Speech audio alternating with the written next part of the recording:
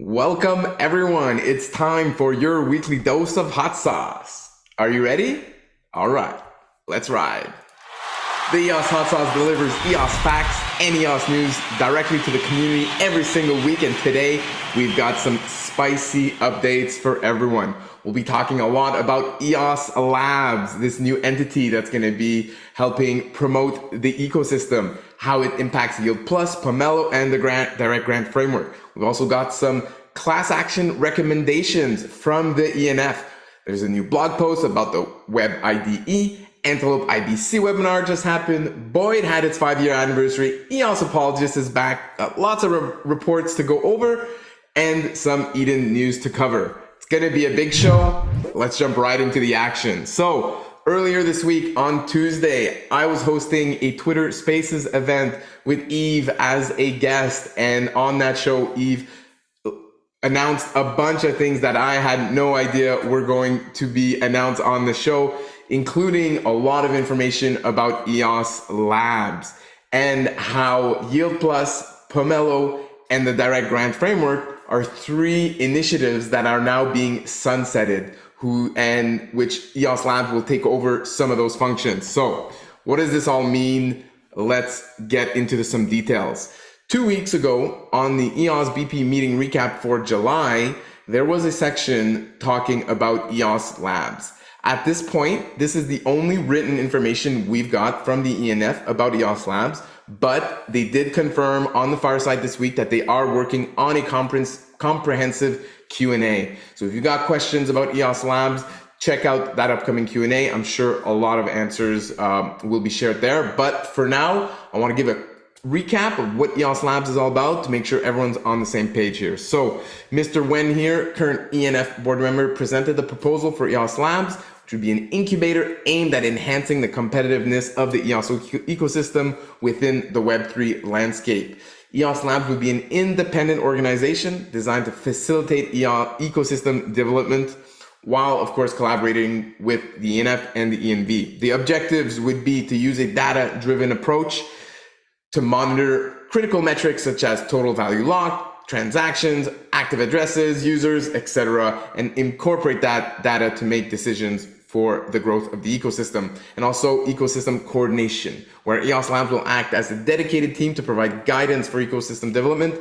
This would include conducting market and investment research to identify valuable opportunities within DeFi and Web3. So what are the roles and responsibilities? 1 would be research and incubation, 2 would be collaboration, and 3, business development. Like we said, they're going to be doing research. They're also going to be collaborating with projects that are currently in the pipeline, for example, the Direct Grant Framework, in terms of monitoring the data, assessing their value, and planning for, potential contribution to the EOS ecosystem.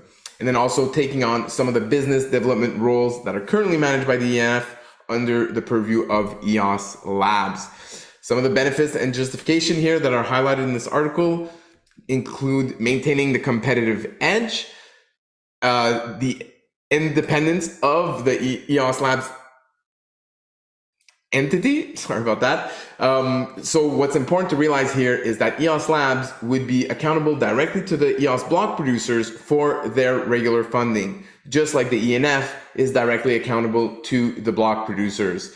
In the interim, the ENF is going to redirect a portion of its current budget to fund the EOS Labs, but over the long term, basically the ENF's budget would be reduced by a certain amount that they receive from the BPs, and that amount would instead be allocated to EOS Labs. So there's no additional funding required from inflation. This is basically just reallocating some resources away from the ENF to a new independent organization in order for that independent organization to be more efficient and be more focused on its objectives. So, a couple of questions here. Who would lead labs? Like I said, Huang Chen would be leading EOS Labs with a team of 5 people plus researchers, specialists, and referrals that are familiar with DeFi and GameFi. So on that topic, what's the focus of EOS Labs? It will be focused on the EOS EVM, but it will not reject any application of EOS native. They're also currently focusing on decentralized exchanges, but GameFi is also going to be an area of focus for them. And in terms of the difference between the EOS Network Ventures and EOS Labs is more focused on incubation and research, whereas the EOS Network Ventures, the ENV, is more focused on making those direct investments. And finally, highlighting again that EOS Labs would be an independent organization accountable directly to the block producers in the same way that ENF is, which in the end is contributing to the decentralization of funding in the EOS ecosystem. Now that there would be a new independent organization that would be taking on some of the functions that are currently being addressed by the ENF. And how much budget is EOS Labs requesting? Like I said, there's no new budget required for this. It's transferring over, I think, 25% of the ENF's budget, which amounts to 0.5% of network inflation per year. So on top of that, Eve gave a lot of information, over an hour and 37 minutes, about all things EOS Labs. So if you're curious, if you have questions, your first stop is listening to this Twitter Spaces, and then jump in the chats in the ENF Telegram channel, on Discord, wherever it is you like to interact with the ENF, ask your questions. They've been out there answering questions with the community. So the 3 big announcements linked to that: Yield Plus, Pomelo, and the Direct Grant Framework are being sunsetted. And here's a blog post updating on Yield Plus. I'm actually going to read this one as well. It's short and it provides a lot of really good information on the Yield Plus liquidity program that is now ended. So Yield Plus was live for about 12 months. It distributed 125,000 EOS per month across 10 protocols in order to increase opportunities for dApp developers and users to earn yield on the EOS mainnet. However, despite the program's goals, there was a noticeable lack of new protocols being incentivized to join. 84% of all the yield benefited singular entity instead of promoting diversity and dynamism with the ecosystem. So that one entity was DeFi Box, which is a great protocol, but the point of this program was to increase diversity, which at 84% of one protocol is not indicative of that. Right?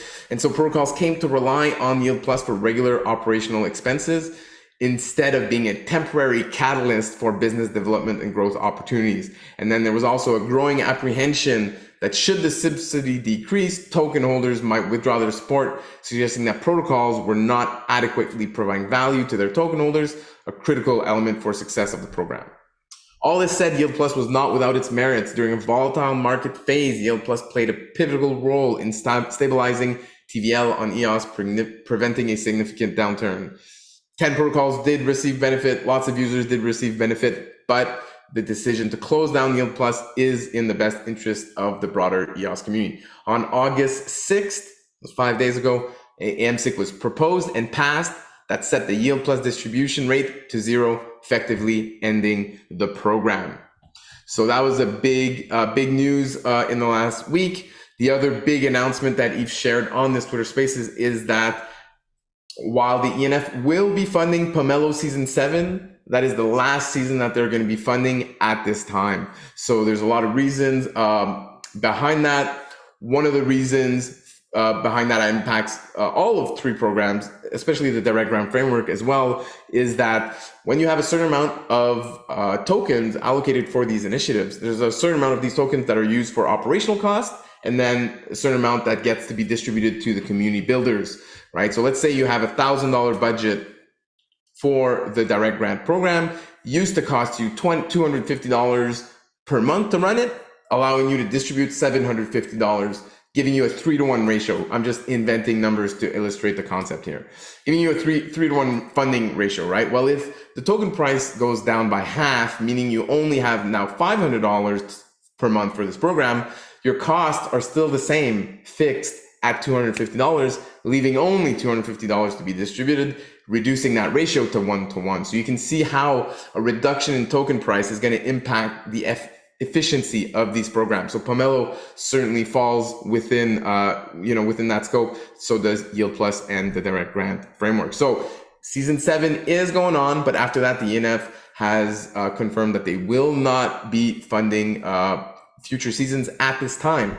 Perhaps if the bulls return to the market and there is an increase in the token price, there's an increase in appetite and excitement, perhaps there could be a future season funded by the ENF. So that's certainly a possibility, but at this time, there's no commitments for that. In terms of what Pomelo is going to do itself, Pomelo is exploring various options. Daniel Keyes, CEO of Pomelo, is in talks with EOS Labs to see if there's a potential collaboration that could be there.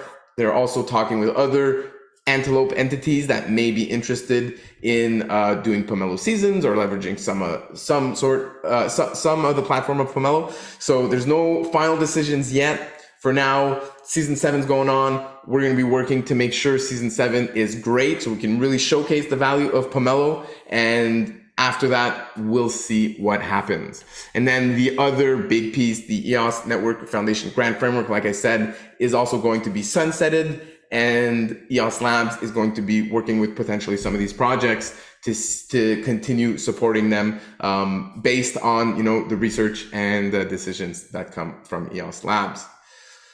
All right, that was some big news. For those of you who are going to listen to the Twitter Spaces or maybe listened, you'll see that I was kind of shell-shocked and taken very by surprise by these announcements. On the fireside yesterday, there was, of course, another community-led discussion about this. Eve was not there to share his thoughts, but he shared a lot on the Twitter Spaces, so definitely go listen to that. And then if you want to hear some reactions from the community, we had Zach and Brandon from the ENF also sharing a lot of their thoughts on all of this. So you can also listen to the fireside from this week if you want to find out more about that. All right, moving on to some more news here in the ecosystem. The EOS Network Foundation urges the EOS community to reject the Block 1 settlement. So there's currently a settlement going on for class action against Block 1. There's 22 million of awards to be claimed by people who purchased tokens through the US and that suffered a loss. And if you don't opt out of this potential loss class action, you may not be able to join the potential class action that the ENF is helping organize. So the formal recommendation from the ENF is to opt out of the current settlement in order for us to be able to have damages of more than 22 million out of $4 billion ICO. So I opted out. There's a form here that has been set up by the ENF. Makes it very easy for you to opt out, leads you to a blog page here, eosnetwork.com/blog/opt-out. And you can scroll to the bottom here, fill out the form and sign here with an e-signature and then opt out. And so there was a question going around in the community. Is this considered a group opt-out, which is specifically prohibited in the current class action? And no, it is not considered a group opt-out, exactly because everyone is signing here. And, the app that was chosen to do these sign-outs makes sure that it's basically every single person submitting their own opting out, which is according to the legal requirements of the current class action. So if you haven't opted out yet, definitely opt out. There's more information on who should be opting out in terms of who qualifies. You should tell your friends, your family, anyone who know who's been damaged by EOS, they should just opt out here. And at the same time, it's going to put your information out there with the ENF in order for them to share with us when the new class action is registered. This news was also picked up by The Block. So good to see that this news is spreading throughout the community. The deadline is August 29. That's in just over 2 weeks. So make sure to opt out right away and tell your friends to do it as well if they suffered losses on EOS, both in terms of a business venture they may have lost that didn't have the support that was promised, or straight up losses on token value. All right, next up, we got the EOS Web IDE that was published. Nathan James talked about it last week on the Fireside. The blog announcement came out just days later, and just going to read some highlights here and explain to the non-technical people out there what a Web IDE is and why it's good for EOS. So a Web IDE is an integrated development environment that runs in your browser. It allows you to write, compile, deploy your smart contract to the blockchain without ever leaving your browser or installing any software.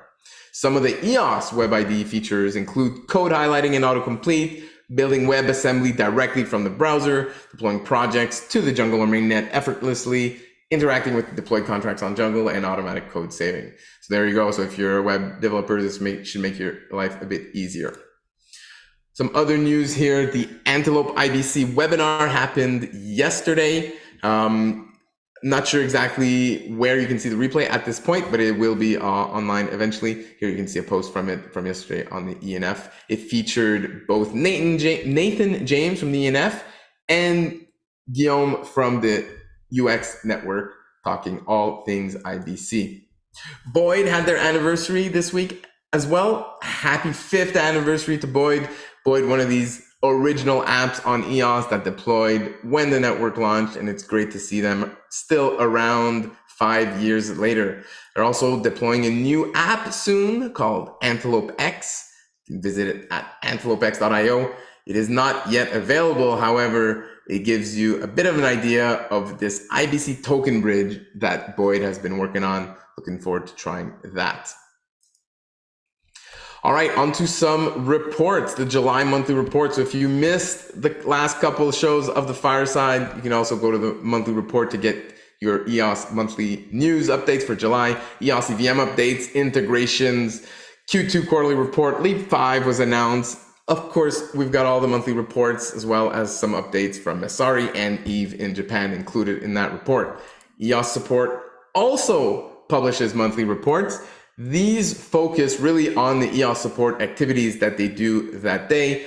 EOS Support Live in terms of ticketing, in terms of Learning Center and articles, also surveys, social media engagement, and EOS Support Media. So just want to maybe highlight a quick one of the pages here. Top conversation tags in July of people reaching out to EOS Support for help. Of course, scam prevention up there, majority of them. Good to see people are being are saving their EOS and not giving it away to scammers. EOS accounts and wallets was next up. Question of communities, connect people to other entities, and so forth. There's also some nice graphs about the social networks from EOS Support. Here you can see the Twitter account, actually 56,000 followers. I hadn't realized how many followers this account had grown to, and that's pretty impressive. I think it's one of the biggest ones in the EOS community, so that's cool to see. And then they show all sorts of other accounts that are within the EOS Support family. And here's the Twitter account if you want to go follow them. They're up to almost 60,000 followers. Well done, EOS Support. All right, more EOS media. EOS Apologist bot is back on YouTube and is talking about the future of X.com, speculating how EOS could be a perfect fit for X.com, and more generally talking about the future of cryptocurrency and X.com and all sorts of stuff. Epic videos as always. And it's good to see EOS Apologist back on the scene. Bi-monthly node operator roundtable summary as well for all of the node operators out there. Configuration changes for Leap 5.0, subjective billing, faster blocks are some of the topics that were discussed this week. And finally, we've got some new Eden meeting update videos from the latest election, which have been uploaded here to this channel, Eden Elections channel. All right, so that's gonna wrap it up for another week of EOS news and updates. Was a big week, and we'll be doing it all over again next week. Until that time, keep it spicy.